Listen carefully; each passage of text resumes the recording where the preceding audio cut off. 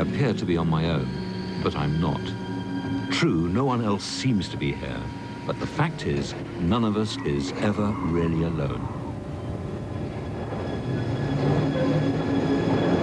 My body is teeming with 1,000 billion tiny aliens. 1 square inch of my skin contains 10,000 bacteria. There are actually more bacteria in and on me than there are human cells, and all on a body I call my own. Not only are they in and on us, they're also all around us.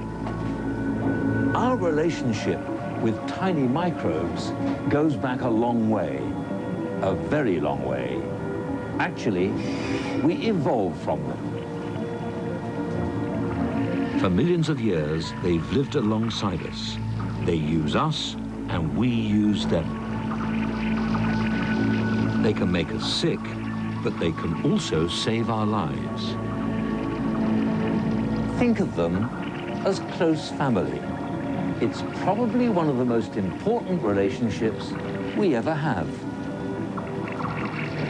In this program, we'll reveal the secrets of the microbes that live in and around us, the ways they spread, and the speed with which they can take over.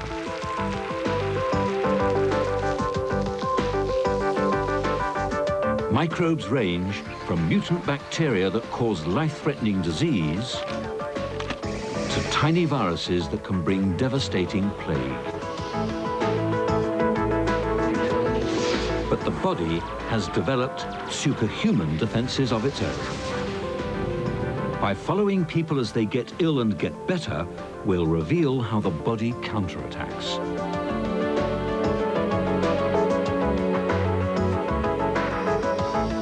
Most startling of all are the medical pioneers who are now using the microbes themselves as weapons to treat human diseases. Injecting patients with bacteria to treat asthma. And using viruses to destroy cancer. What we're now doing is turning killers into cures.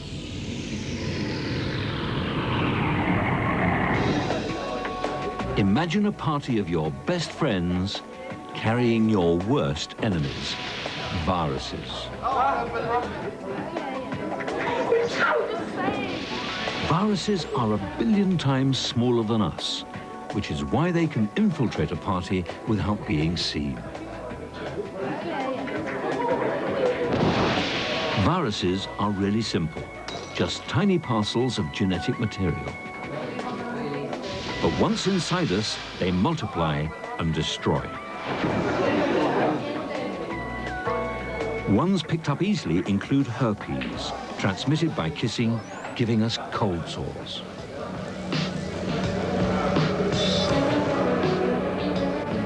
Or hepatitis, which attacks the liver and makes you jaundiced. Flu viruses, transferred by sneeze or handshake, cause spiking temperatures and hot flushes. Or viral meningitis, which can be rapidly fatal. Early symptoms include a blotchy rash.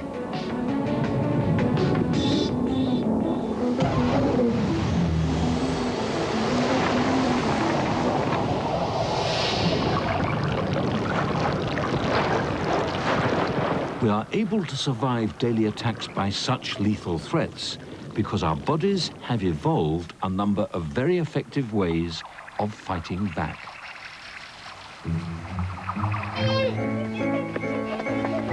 We'll follow what happens to 3-year-old Alex. We started filming her soon after she became infected with the chickenpox virus. And for a while, though infected, she looked and felt fine. But within days, the pustules started to appear, as you can see in this series of time-lapse photographs.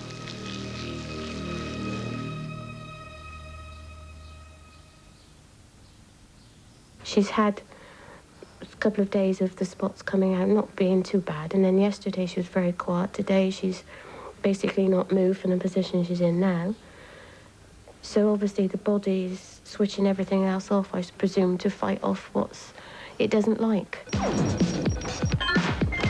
Alex caught chickenpox from her older brother Josh, who recovered within a few days.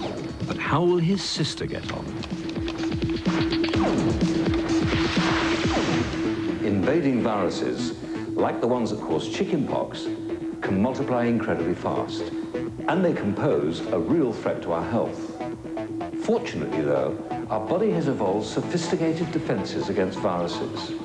But nothing that modern medicine has yet produced can match the human body's immune system in the game of viral attack. It's like a war game. The human body is a sprawling city, the spiky ball, a virus.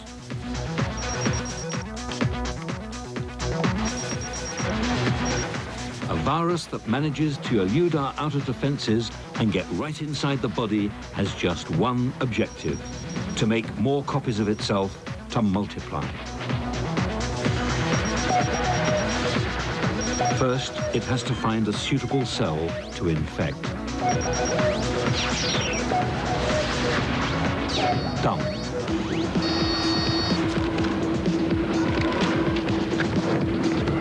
Once inside, they're ready to take over.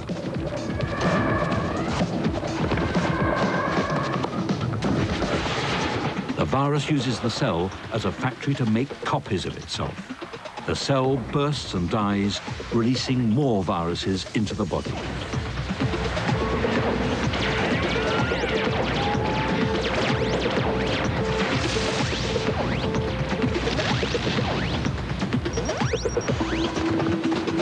Alex's pustules are packed with viruses, and more are erupting all the time.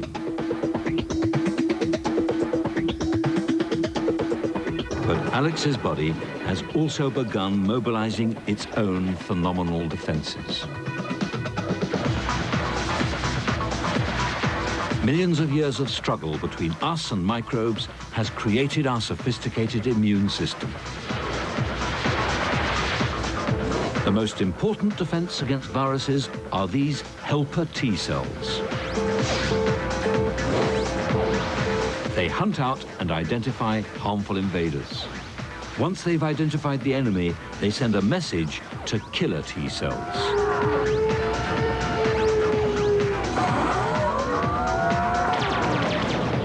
These lock on and destroy.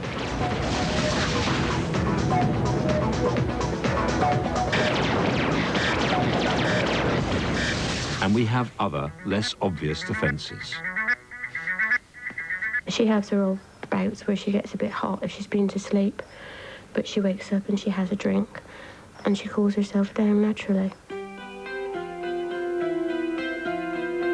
Alex's high temperature is actually a sign that her body is fighting back. Many viruses that infect us operate best at normal body temperature. So our bodies respond to invasion by turning up the heat.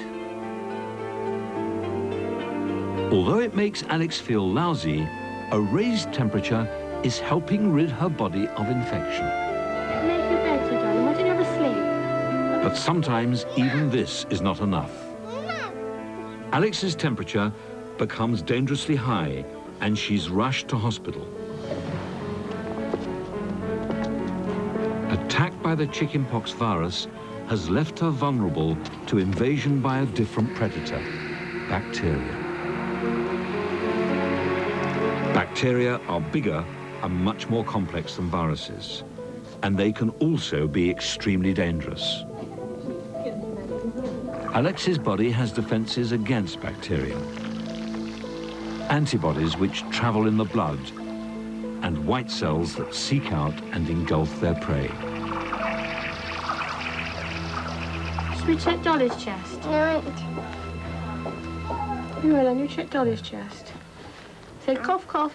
okay, it's medicine time, honey. Okay. It's possible that Alex's natural defenses could cope, but her doctors aren't prepared to take the risk. So she's given antibiotics to fight the bacteria. Good girl. Good girl. Make you better. Come on. Come There's a on. good girl. Daddy, get you a lolly.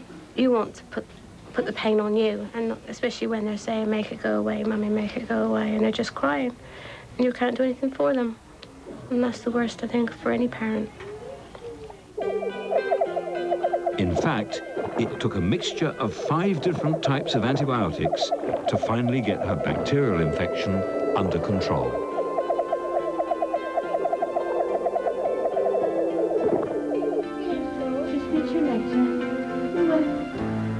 A week after being rushed into hospital, Alex is home and feeling back to normal. Just stick your flowers on if lovely, don't we? After that's some blue one first. Her immune system destroyed the chickenpox viruses, and the antibiotics cleared the bacterial infection.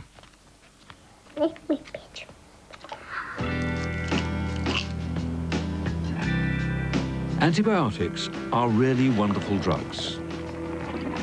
But the problem with antibiotics is that we have overused them.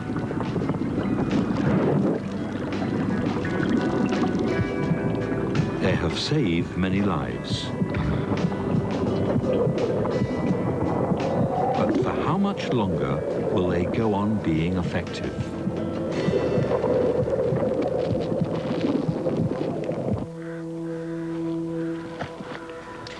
From the moment we began targeting bacteria with antibiotics, we were engaged in an arms race. A race which, with the benefit of hindsight, only one side could win. At first, small doses of antibiotics, like penicillin, worked miracles. They stopped bacteria dead in their tracks.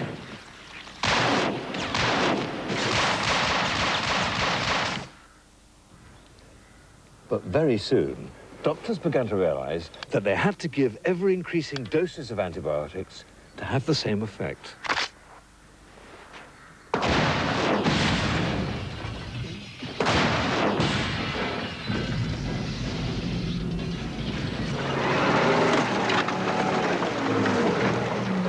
This worked for a while, but the trouble is bacteria don't just stand still waiting to die, they evolve very fast. They can do this because they can reproduce at a phenomenal rate, a new generation every 20 minutes.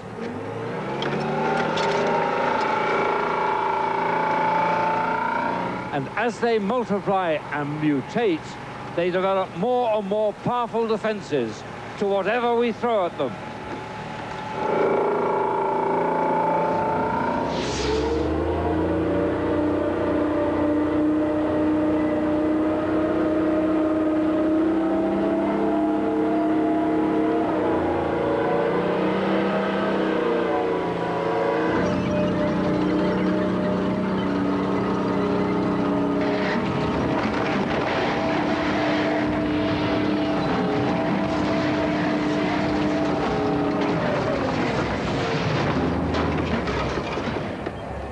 So no matter how big the hit, some bacteria will always survive.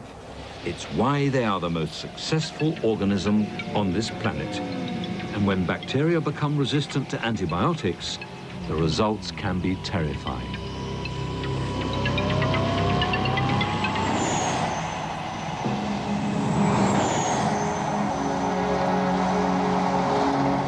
October 1999, and in London, 2 trains heading in opposite directions on the same line collided in a fiery explosion. As a result of the Paddington rail crash, 31 people died and over 400 were injured. Among them was 52-year-old Tim Stretfield.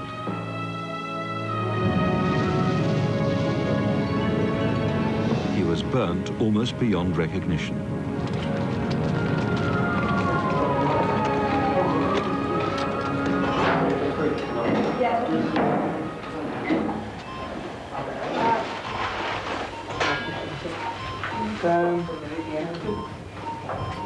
When they got him into hospital, they discovered that almost half his skin had been burnt off.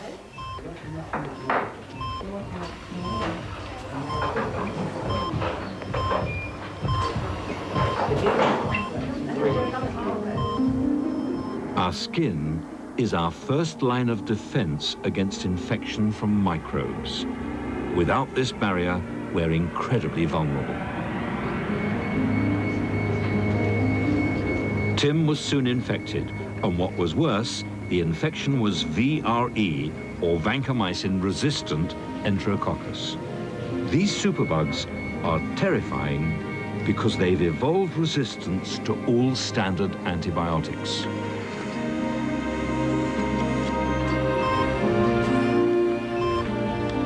But Tim's hospital had one experimental drug left to try, linezolid. They gave it to him and hoped. For 4 weeks, Tim was in a coma. He remembers nothing of the life-threatening drama played out in his body. You have a lot of nightmares when you're asleep for that time, and a lot of the people who've been operating on you or been helping you appear in your nightmares. So you have this strange feeling that you've actually have been awake for 4 weeks, but you've had other adventures than the ones you've had. The new antibiotic saved his life. With the infection under control, Tim had to have numerous skin grafts.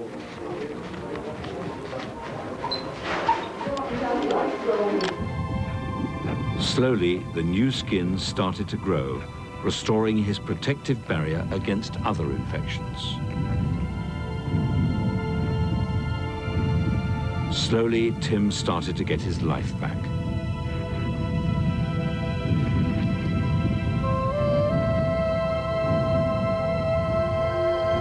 Okay, on you got with that hand again. Good man. And then over you go. No tipping. Despite the antibiotics, the infection is still not completely gone. Thank you. You're inspired. Tim is kept in isolation to reduce the risk of the bacteria escaping and infecting others. Now that I'm more mobile, it is getting somewhat frustrating. I mean, I feel like a caged lion, really, kind of with feeling I want to go around, meet other people, etc. So it's the benefits of being barrier nursed are slipping away rather fast. Okay, on you go. Tim's burns still need daily attention. When you finish, Mr. Stratfield. Okay. But his recovery is quite remarkable. Aren't I lucky I'm alive, basically? You know, best way of looking at it. And not too disfigured, but I was never really a vision of beauty before anyway, so I'm quite happy.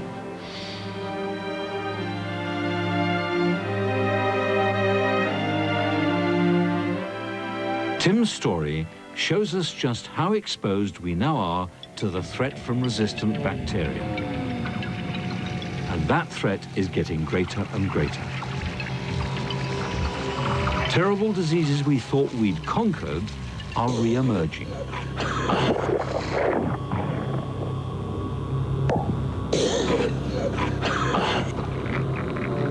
Diseases like tuberculosis, which destroy the lungs, are coming back in ever more dangerous and resistant forms. Stopping their spread is vitally important, and that sometimes requires extreme measures. On the Texas border between the United States and Mexico, a nightly struggle plays out between border guards and migrants from Latin America. Well, we got a group that's settling up close to the railroad tracks, and it looks like they're trying to discuss which way they're going to go.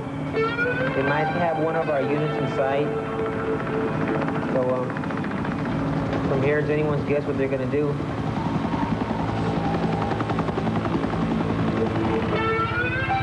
What makes this game of cat and mouse so deadly is that the guards are trying to stop an invasion. An invasion by tuberculosis. TB, which kills 2 million people a year, is coming back. Many of those they catch are carrying the bug.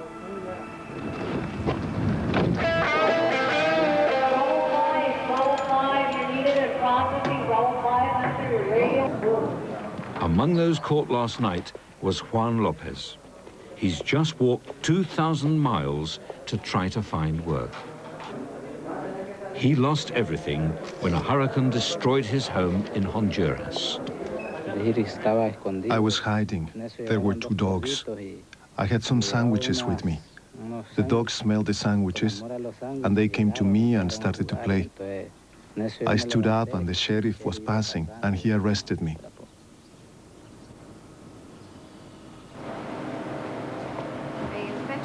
Everyone who's caught is routinely screened for infectious diseases. And since a third of the world is infected with TB, there's a good chance that Juan has it. The role of the medical team here at the facility is to screen immigrants for diseases that might be contagious to the U.S. population. So we serve as defenders of the public health. After a short wait, Juan meets Dr. Miranda to hear the results of his X-ray. The news is bad. I want you to realize that you can see this side is normal, this side is abnormal. Can you see there's more whiteness on this side than on the other side? This is the place where tuberculosis usually occurs. As a doctor, I suspect that you do have tuberculosis.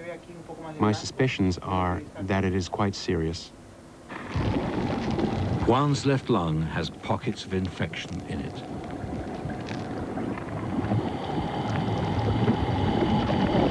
If these are left untreated, they'll form chronic abscesses. He's immediately put into a special isolation room. TB is so infectious, he's completely cut off from the outside world. Even the air in this room is filtered.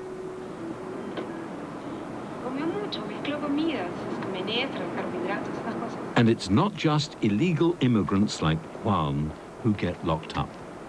US citizens who are found to carry TB and who refuse to take their medicine can be forcibly held and treated. The US government takes the threat of TB very seriously indeed. We will not be able to eradicate tuberculosis in this country or industrialized countries as long as there's a large reservoir of tuberculosis outside our borders. What we would like to do is be able to treat them, and then if they do qualify for entrance to the United States, let them do that, or if not, at that point, deport them, but deport them free of disease. Juan has a choice. Either he can be immediately deported, or he can stay to be treated. He opts for treatment. My intention was to go home with something to give to my children. I don't have a house. I wasn't able to do that. So I'll just go home to be with my children. Treatment takes up to 6 months, and at the end he still faces almost certain deportation. But Juan at least will be cured before he is sent home. Juan's problem is shared by millions in the developing world. But tuberculosis is now a scourge in the big cities like London and New York.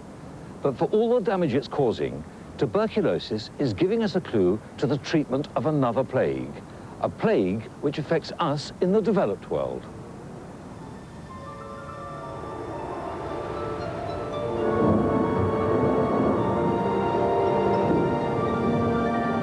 On the night of June the 24th, 1994, a thunderstorm hit London.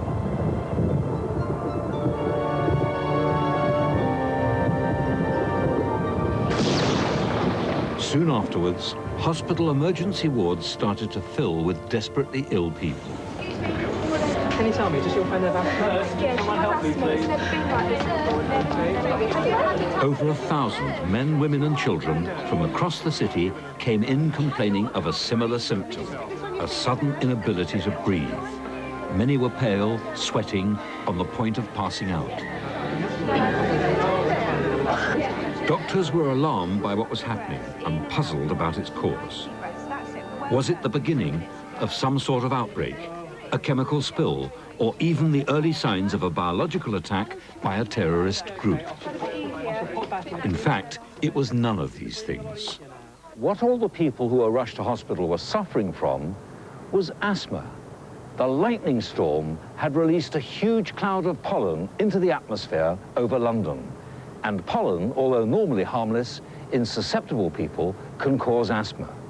It was a striking example of how vulnerable we're becoming to asthma and various allergic diseases. Decades ago, we appeared to have conquered infectious diseases like tuberculosis.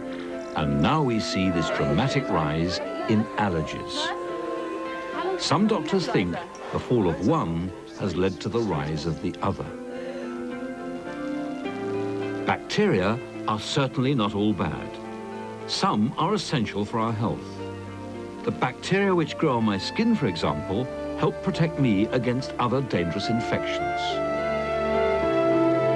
But we're beginning to realize that the benefits may be more than skin deep. Bacteria may help prevent allergies. What happens in an asthma attack is that the body overreacts. It treats harmless things like pollen as though they were dangerous infections. The airways become inflamed and swollen. This narrowing makes it harder to breathe. Asthma can kill.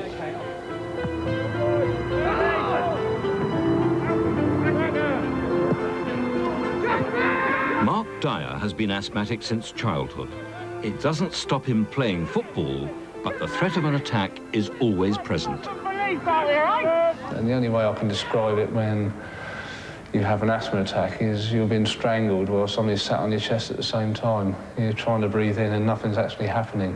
It's quite scary when it actually gets quite bad. But the trick is not to let it get that bad. Get up, Mano! I go everywhere with my Ventolin inhaler.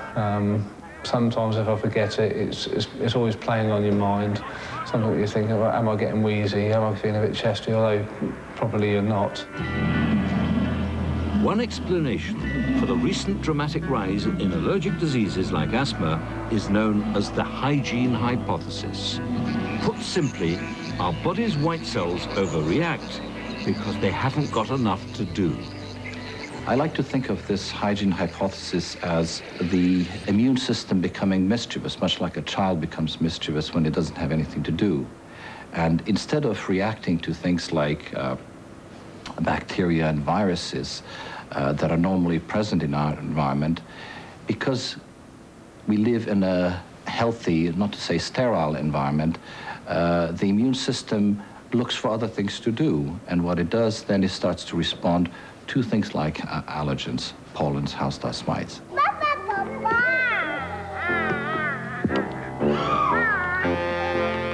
There's certainly plenty of evidence that children who muck in and mix with other children from an early age are much less likely to develop allergies.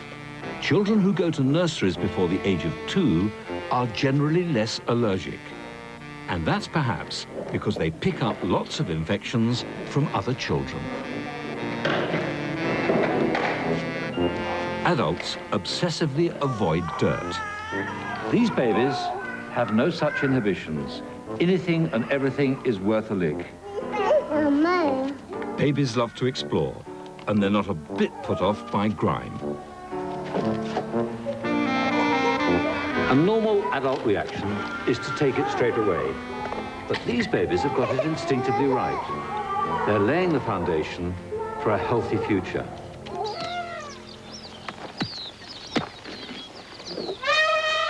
Wild animals go further. Elephants acquire the microbes they need to stay healthy by eating the dung of other elephants. It may not look appetizing to us, but they instinctively do it.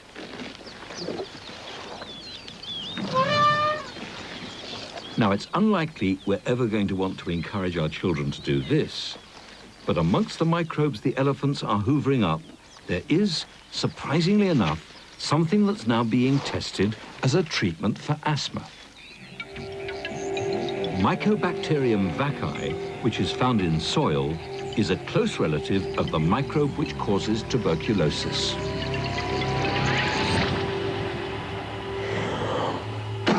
And strangely enough, they've discovered that getting infected by it appears to help asthmatics. Like a seesaw, stimulating one side of the immune system can suppress the other side, the side that causes allergies. Mark was keen to try it. There's two reasons really I'd like to take part in the trial. The first reason is purely selfish, to try and reduce the effect of asthma on myself, and hopefully I can benefit from the trial. And secondly is I'd like to do my bit for others, really. So he became a guinea pig and had himself injected with live microbes. It's a sort of vaccination, but a vaccination against asthma.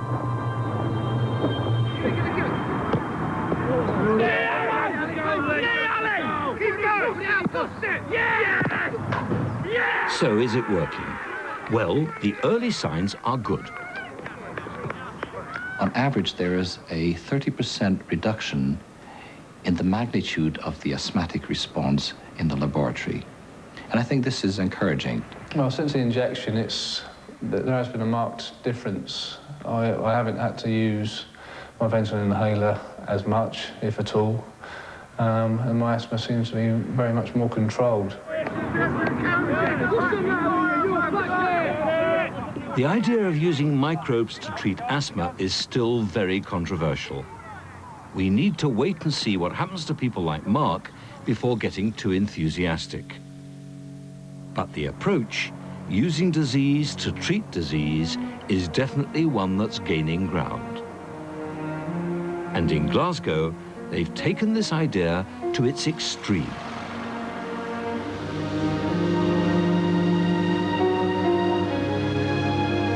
25-year-old Robert Swan has a brain tumor that has affected his speech and paralyzed his right side.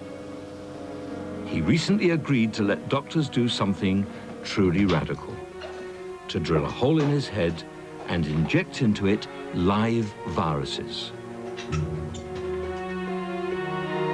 I was 21 at the time. I was an electrician for Scottish Power. I was loving life. I was getting on brilliant, and then this happened. For a while, they didn't know what was wrong. Then he was told he had an inoperable brain tumor called a glioma. I started getting headaches and just recalls, because somebody would say something to me, and about 5 minutes later, I couldn't remember it. I think he knew he was dying. We used to speak about it, you know. We wanted a party at his funeral, things like that. And to write down something for him to be said. It's things that you have to talk about, you know. Well, he wanted to talk about. Robert was given standard anti-cancer treatments, but his brain tumor kept on growing. So, as a last resort, he agreed to have viruses injected directly into his brain.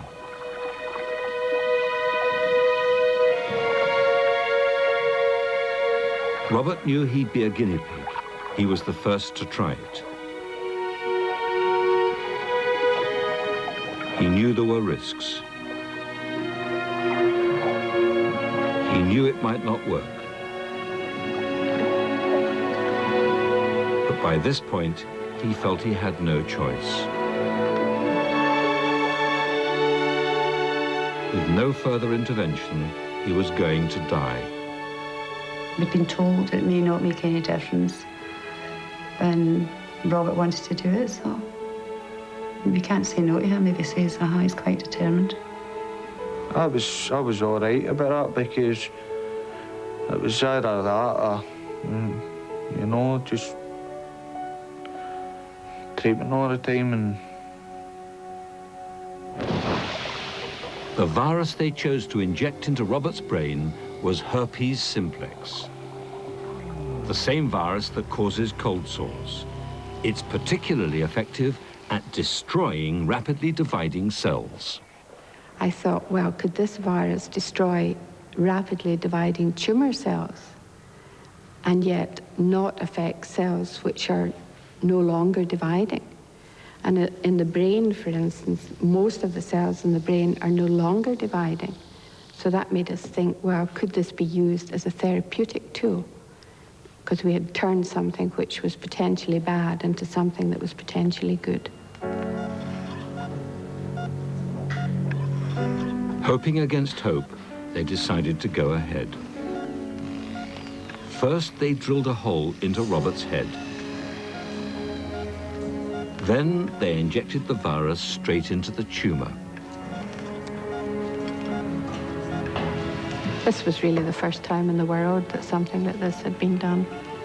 In a way, it's a relatively simple procedure, but a fairly radical thing to be doing, sticking virus into somebody's brain. So it was a whole new area and quite an amazing thing to be doing. Against all the odds, Robert is still alive 4 years later. This is his brain scan. The tumour's still there. We've highlighted it in red. It hasn't shrunk, but it seems to have stopped growing. And Robert continues to improve. He has checkups with his consultant, Dr. Rampling. So the left side is getting better. Improving steadily? Aye. Well, this is your latest scan. Right. Once again, it shows that the tumour is very much static. It's changed a little bit in consistency, perhaps, but it's difficult to tell because the types of scan are different. But certainly no worse, and no sign that the virus has escaped in any way and done any harm. Damage.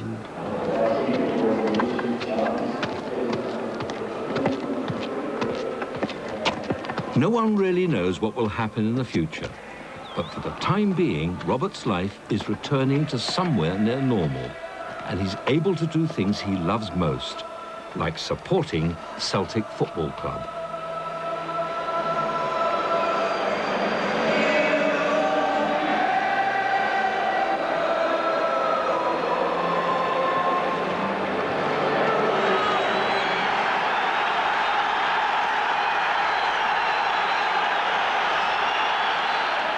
Makes me feel excellent. I've been okay ever since. I've had the dose. I shouldn't be lying.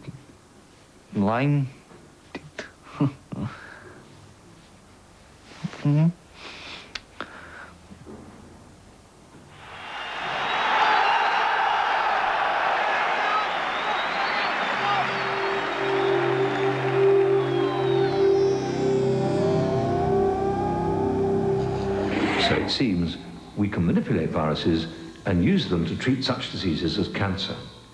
But can we use our increasing knowledge of viruses to tame one of the most dangerous viruses of all? HIV, the virus that causes AIDS, is such a threat because it can not only hide from our normal defenses, but it also disables them. It gets inside the cells that are supposed to destroy it and instead destroys them.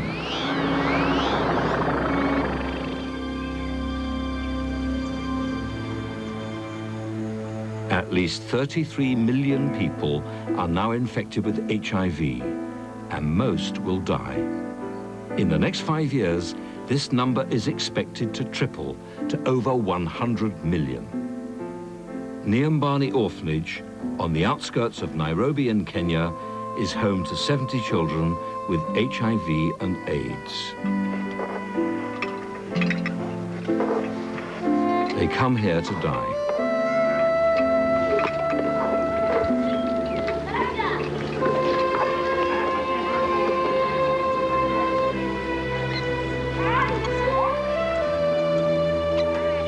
Since the first officially recorded death from AIDS in 1959, the disease has killed almost 14 million people, and 90% of them have come from sub-Saharan Africa, and over 1/4 of them are children.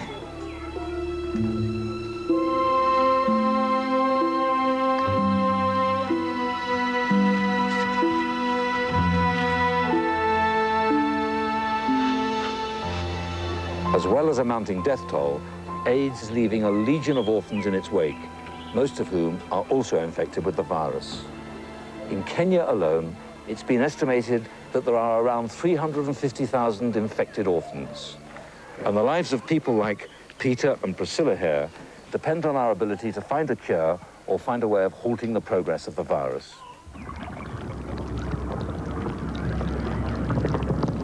The battle being fought inside the bodies of these children is a battle they are losing.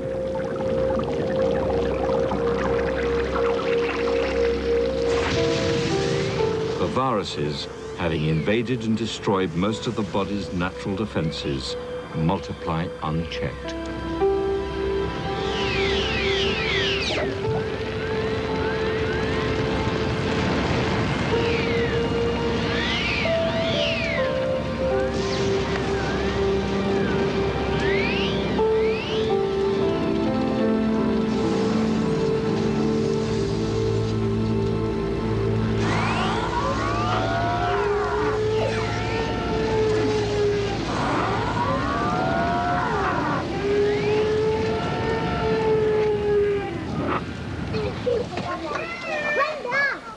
The search for a vaccine has become one of the great quests of modern medicine. And one trail leads to the streets of Nairobi. In the slum areas of Nairobi, 1 in 4 people are HIV positive. But what is encouraging is amongst the people who live here are a few rare individuals who seem to have a natural resistance to AIDS. Salome is one of those rarities. She is also a prostitute and on average has sex with 6 men a day. I live in Majengo. The way I see my life here is good, but not that good, because I really don't like the way I live.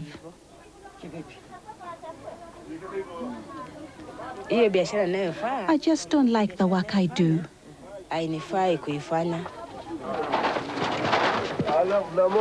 Astonishingly, Salome doesn't have HIV despite being repeatedly exposed to the virus. Her immune system is different to ours. It's able to detect HIV wherever it's hiding and so can mount a far stronger counterattack.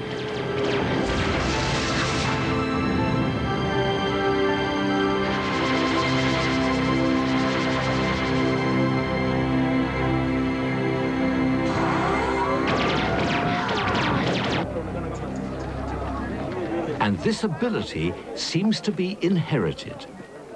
Salome's daughter Mastidia is also a prostitute, and she is also not infected. Both women are taking part in a study to try to develop an AIDS vaccine. You haven't got a problem, but this doesn't mean you shouldn't be careful. Dr. Kimani, I'm being careful, but it could be bad luck if I get HIV through medication I'm taking or through the water. These women who are resistant to HIV, most of them are illiterate. They are not educated. And it's been a big problem to convince them they're actually not HIV positive because they've actually seen their friends dying. And they know they've been doing the same business. Dr. Kimani has so far identified 130 women who, like Salome, seem to have natural immunity. Salome and the other prostitutes like her are unlikely superhumans, yet they clearly have special powers. The quest now is to find out exactly what it is that makes them different and to see if this natural resistance can be replicated by a vaccine.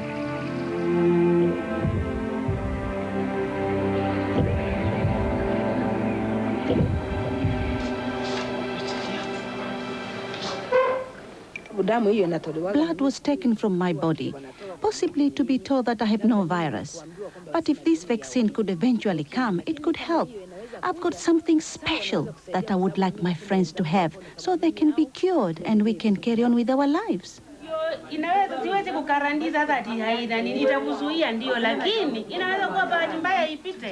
It's a very, very exciting finding, and I'm happy to be involved in it. because this group has been accused of spreading HIV and STDs. And if it could be the same group that kind of offers some solutions, well and good.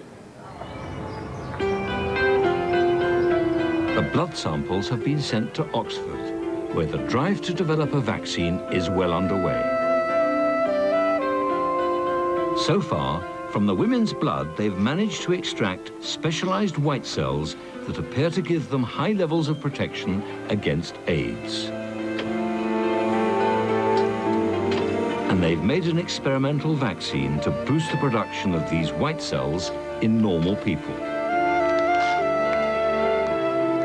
But can natural immunity be copied in this way? Yes, but it shouldn't be too bad. I'll let you know. Okay, ready? Local MP Evan Harris is one of 20 men who's volunteered to test the new vaccine. The vaccine is the only hope for future generations in some of these African countries who will never be able to afford the therapy and the infrastructure to treat HIV. We have to be preventive.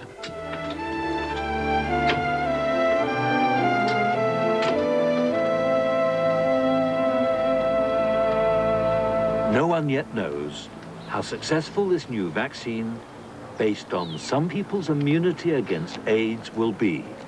But the scientists who are developing it are cautiously optimistic.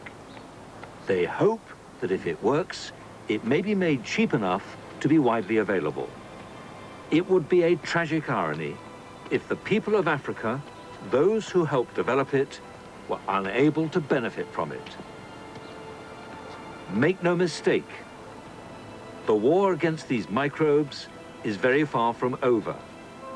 But I'm hopeful that we in the West are winning that battle. The challenge is to share our technology with the rest of the world. The way ahead is to cooperate, not only with our bugs, but also with other people.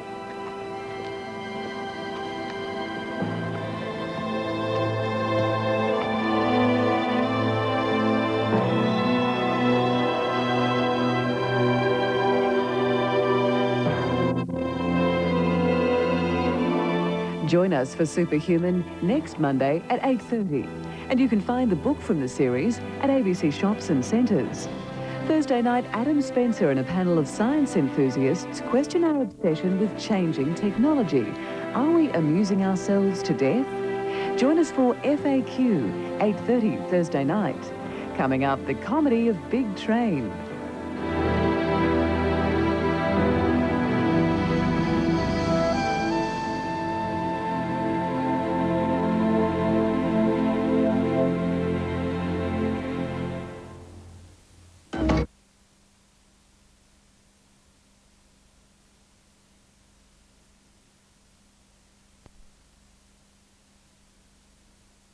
If they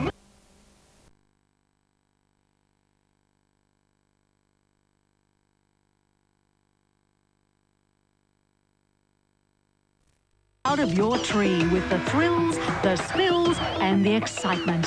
Gelada Baboons, Tuesday at 8 on ABC.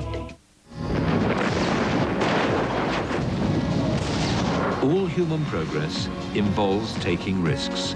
From the makers of the human body comes the BBC's Superhuman, the amazing story of the body's ability to heal, renew and regenerate. Change is happening faster than ever before. And the results can be crushing.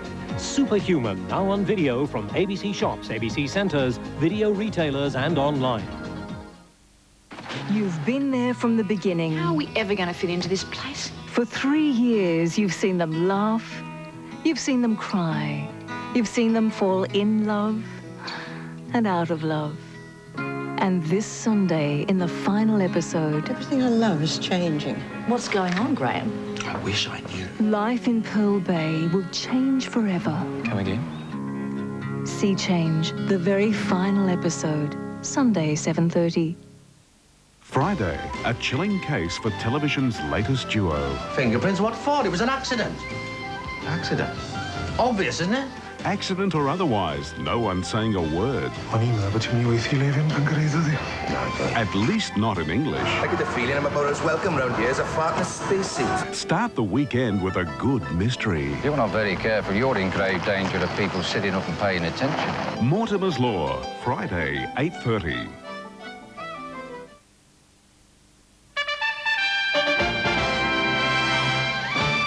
Good evening, I'm Peter G. The long-awaited ministerial talks between Australia and Indonesia are back on after 2 previous cancellations by Jakarta. The Howard government has confirmed that at least 3 senior Indonesian ministers will meet in Canberra this Thursday. It's the first time both countries have held the ministerial forum since relations soured over Australia's role in East Timor last year. A 2-year-old boy has died after being trapped in a stolen car in Sydney's west. The car was taken from a shopping centre after the owner left it with her child still inside. The engine had been left running to keep the air conditioner going. Police found the car 3 hours later. The child, who was in a distressed state, was rushed to Liverpool Hospital, where he died shortly afterwards. Tasmanian politicians and judges, past and present, have gathered in Hobart to mark the 175th anniversary of the state's Executive Council. Appointments are for life, though only the currently serving governor, judges and government ministers participate in the general work of the council. Today's meeting is thought to be only the second ever extended gathering of life members. The last was to mark the 150th anniversary in 1975. There was a miraculous escape this morning for 7 horses trapped inside an upturned truck after an accident near Westbury. The accident occurred when a horse transporter clipped a tractor travelling in the same direction. The driver of the truck was taken to hospital for observation. The horses were freed without serious injury after treatment from a vet on site. Tomorrow's weather. A few showers developing in the west and southwest late in the morning. The chance of an afternoon shower in the remainder. 22 the expected maximum for Burnie and Devonport tomorrow. Hobart and Launceston heading for a top of 25. Late edition news follows Red Dwarf, but from me, enjoy the rest of your evening. Good night. Thursday, join a fascinating journey along one of the world's most enigmatic waterways, the River Thames. From its source in the Cotswolds to its tidal resolution in the North Sea. Discover the places and people who've become part of the Thames' liquid history. I never slept in my bed. I slept on a mattress in a shelter for 5 years. From the fountainhead to the estuary, the river starts Thursday, 9:30. It's the trophy that pits nation against nation. Cup comes back to Australia. And for nearly a century, our tennis heroes have fought to win. The Australian team seemed unstoppable. Wednesday, our champions tell the story of Australia's triumph in Davis Cup history. He said, well, if it's a very hot day, we're going to play you, and if it's not that hot, we're going to play Neil Fraser. I couldn't imagine playing tennis without Davis Cup. The 5th set, Wednesday, 8:30 ABC.